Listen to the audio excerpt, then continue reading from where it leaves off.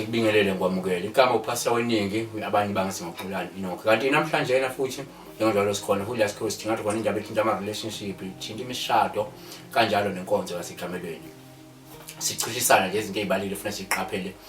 indlela ufuna sishintshe uma sifuna ukuthi sisave noma senza ama relationship esebenze nanokuthi inkonzo yaseGamelweni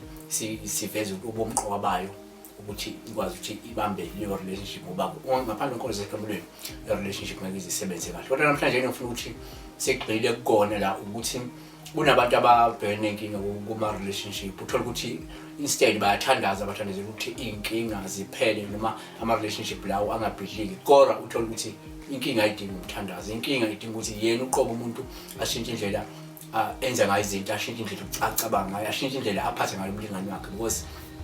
noma uthandaza kanjani uma ukuthi umistreater umlingani wakho mangukuthi umlingani wakho awumhloniphi leyo relationship ngeke survive izobhidlika because udinga ukushintsha noma uthandaza kanjani so namhlanje kunenkinga ufuna sisibheke ukuthi ushintshe indlela yokwenza ushintshe indlela yokucabanga ushintshe indlela yokutreat ngayo umuntu osuku nayo relationship wenze introspection ukuthi ucheck ukuthi uma i-relationship yakho into umshado wakho into akuyona yini wena awuyona yini reason yalezo noma izathu sokuthi ke i-relationship yakho ibe into kunokuloko ungayenzi introspection do introspection isihlole isinika amakhwapha lokho kuzokusiza ukuthi ubone ukuthi I know unamaphutha ubone ukuthi mhlawumbe kukhona la ungahambi khona noma la ungahambi sikhona kahle izinto noma la ungakhulumi kahle nomngane wakho ukwazi bese uyakwazi ukuthi wenze njani ushintshe ngale kokuthi uthandaze bese i-relationship yakho uyakwazi ukuthi isebenze enye into ebalekile kodinga ukuthi uyeke lokuthandaza ukuthi mhlawumbe uyeke ukuphonta ama-fingers kumlingani wakho kumuntu onayo ku relationship njengaye ongathi uyena onamaphutha uyena owenza ukuthi relationship ingasurvive yabona check nawe ubuke ukuthi wena right in akusiwena yini umphushela away akwena yini owenza ukuthi withdraw distance from wena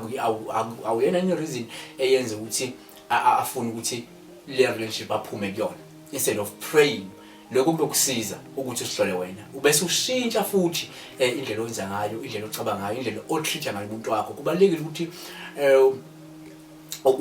uma usubonile ubeke umthandazo eceleni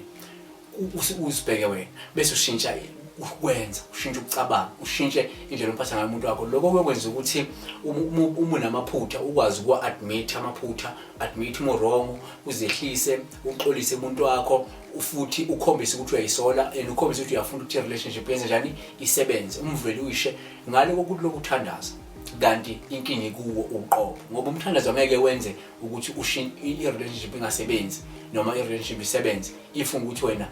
akukho kwenzayo kuqala kufuna ukuthi why uthandaza for ushintshe but nawe kube ukuthi implement ushintshe ngokuthi ushintshe indlela owenza ngayo kube indlela owenza ngayo ku relationship eyamukelekile ngiyathemba ukuthi uzowenza isenze lengishoyo